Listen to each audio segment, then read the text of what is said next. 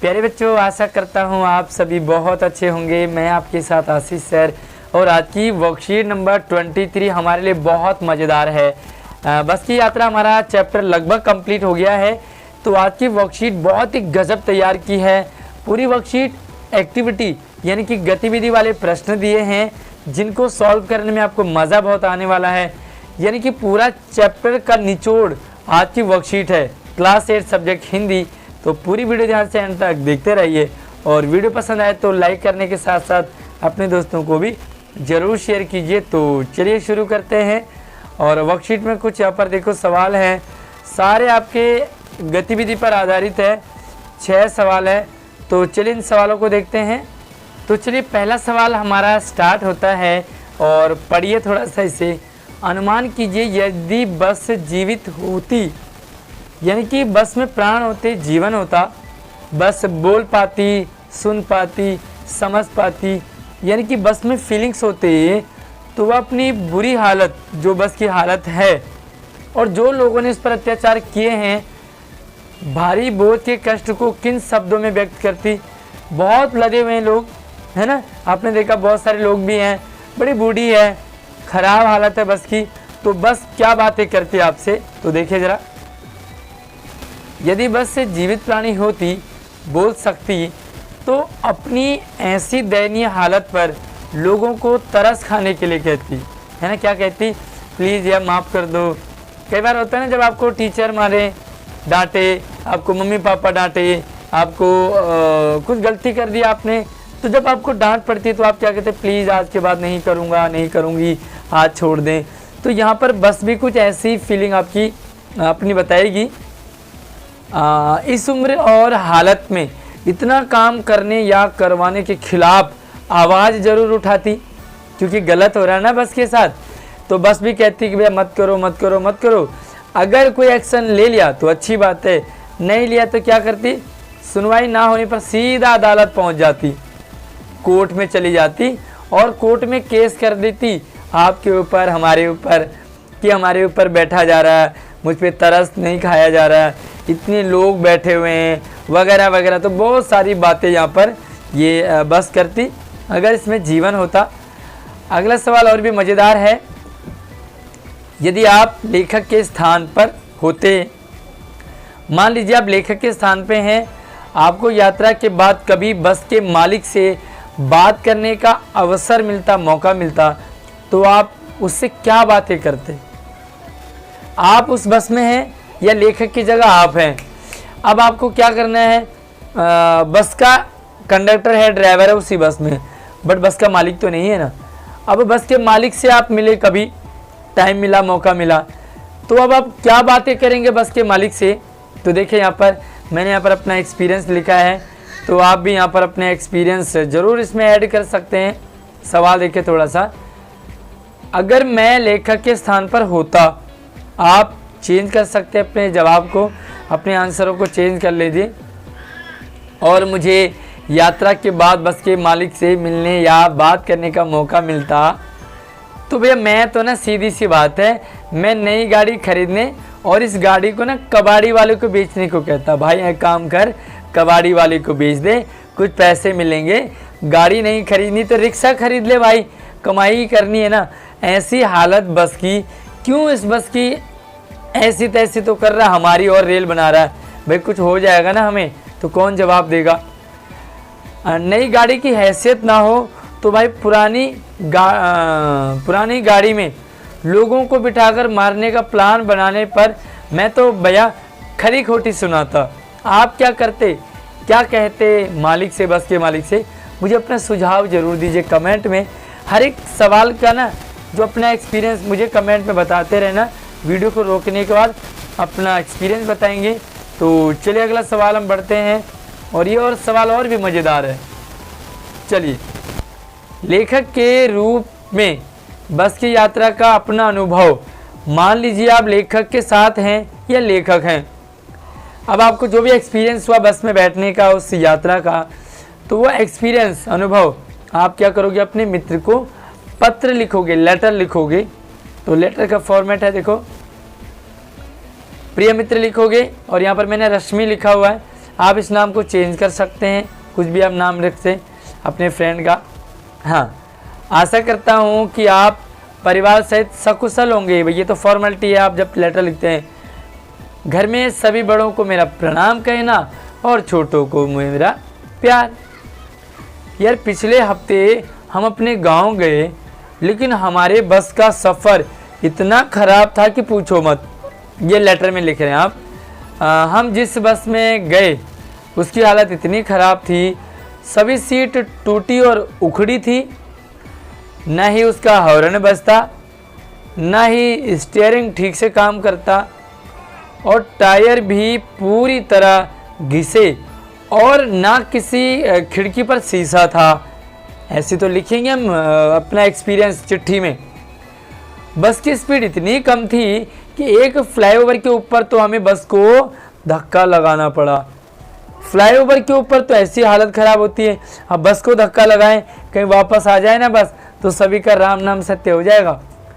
हमने तो उम्मीद ही छोड़ दी थी घर पहुंचने की, पर किसी तरह हम अपने घर पहुंच पाए।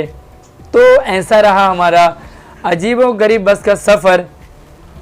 चलो बाकी बातें मिलने की बात करते हैं। अपना ख्याल रखना। तुम्हारा दोस्त आशीष मेरी तरफ से है ना, तो आशीष लिखा हुआ। यहाँ आप दोस्तों के नाम भी चेंज कर सकते हैं। आप अपना नाम ज़रूर लिखेंगे, क्या है आपका नाम, कौन से स्कूल में पढ़ते हैं, तो ज़रूर आप कमेंट में बताएंगे। और आपके बेस्ट फ्रेंड का क्या नाम है, आपका क्या नाम है और आपके बेस्ट फ्रेंड का क्या नाम है, अपना एक्सपीरियंस ज़रूर मुझे कमेंट करके बताएंगे। और अगला और भी मज़ेदार सवाल है आपके लिए। तो सफ़र तो हर कोई करता ही है, आपने भी किया होगा, मैंने भी किया। तो सवाल है, आप अपने किसी यात्रा के खट्टे मीठे अनुभव को याद करते हुए एक लेख लिखेंगे, यानी कि एक पैराग्राफ टाइप का लिखें, थोड़ा सा बड़ा होना चाहिए।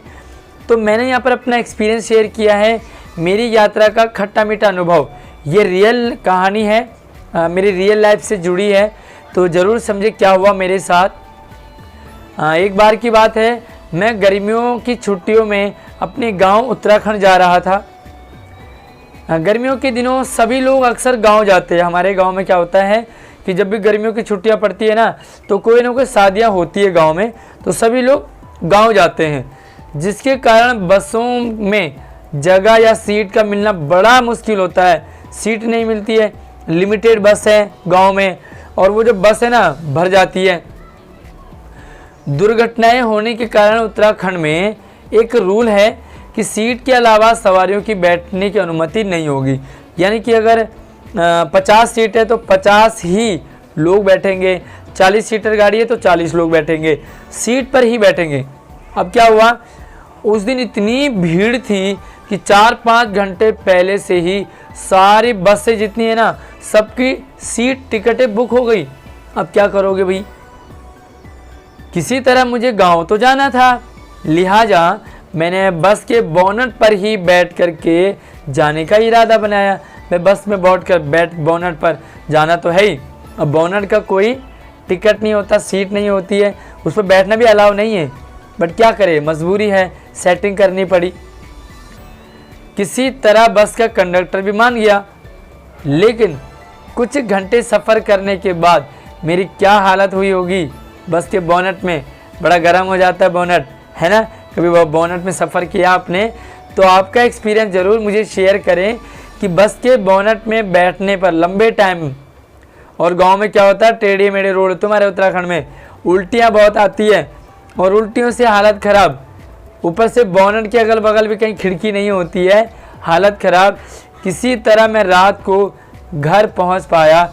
मेरी क्या हालत हुई होगी, मुझे अपना सुझाव देना कमेंट में कि मेरा क्या मतलब मेरी क्या कंडीशन रही होगी उस बस में बैठ कर के, और पूरे दिन का एक्सपीरियंस ज़रूर अपना सुझाव कमेंट में रखना। अगला सवाल है, बोलचाल में प्रचलित शब्द, अंग्रेजी शब्द फर्स्ट क्लास में 2 शब्द हैं, पहला है फर्स्ट और दूसरा है क्लास। यहाँ क्लास विशेष का विशेषण है फर्स्ट, यानी कि कौन सा, फर्स्ट क्लास, पहली क्लास, दूसरी क्लास।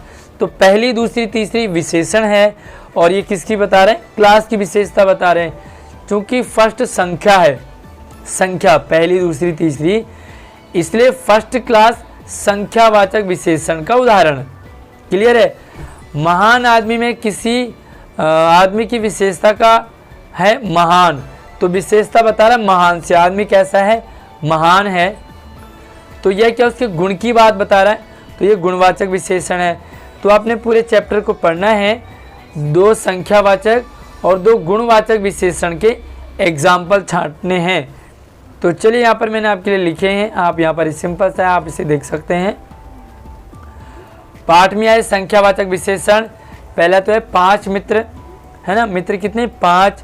दूसरा है दूसरा टायर, पहला टायर, दूसरा टायर। गुणवाचक विशेषण में बस वयोवृद्ध थी, तो वयोवृद्ध बस यानी कि बूढ़ी बस, गुण की बात बता रहे हैं। नई नवेली बस, तो ये भी क्या है आपका गुणवाचक विशेषण है। और अगला सवाल है, आपको इस पाठ में कौन सा भाग सबसे अच्छा लगा और क्यों। पूरा चैप्टर भाई मज़ेदार है, मज़े में, एंजॉय में, यानी कि व्यंग्य से भरा हुआ है। वस्तुतः पूरे बस की यात्रा व्यंग्य और मजाक से भरा हुआ है, फिर भी मुझे बस की सीट पर बैठना, जो कि बस से बिल्कुल चिपकी नहीं थी, मतलब सीट ऐसी है जो ऊपर ही ऊपर है, ब्रेक लगे तो सारे लोग ड्राइवर के पास पहुंच जाएं, तो बड़ा मज़ेदार था। सोचो आप ऐसी बस में जा रहे हो जो सीट बस पे नहीं चिपकी है, क्या होगा, कोई इधर लुढ़क रहा है, कोई उधर लुढ़क रहा है, कोई वहाँ जा रहा है, कोई इसके ऊपर उसके ऊपर, तो बड़ा मज़ेदार रहेगा। हाँ, बाहर मत गिरना, बाकी अंदर ही चलता रहेगा। और टूटे शीशे वाली खिड़कियों से दूर बैठने वाली बात और भी अच्छी लगी। क्यों? क्योंकि आमतौर पर हर कोई भाई खिड़की वाली सीट पर बैठना पसंद करता है। क्यों भाई, खिड़की वाली सीट पे हवा भी लगती है, बाहर का नज़ारा भी दिखता है, और इन केस उल्टी वाले लोग हैं ना, उनको उल्टी करने का भी अच्छा मतलब प्लेस मिल जाता है। तो खिड़की वाली सीट पर बैठना हर कोई चाहता है। कई बार तो लोग क्या करते हैं, ऐसी बनावटी उल्टी का बहाना करते हैं और सीट हथिया लेते हैं। बट यहाँ पर क्या है, लेकिन इस बस में लोग मारे डर के खिड़की वाली सीट से दूर बैठ रहे थे, क्योंकि खिड़की है ना जो कांच टूटे पड़े हैं।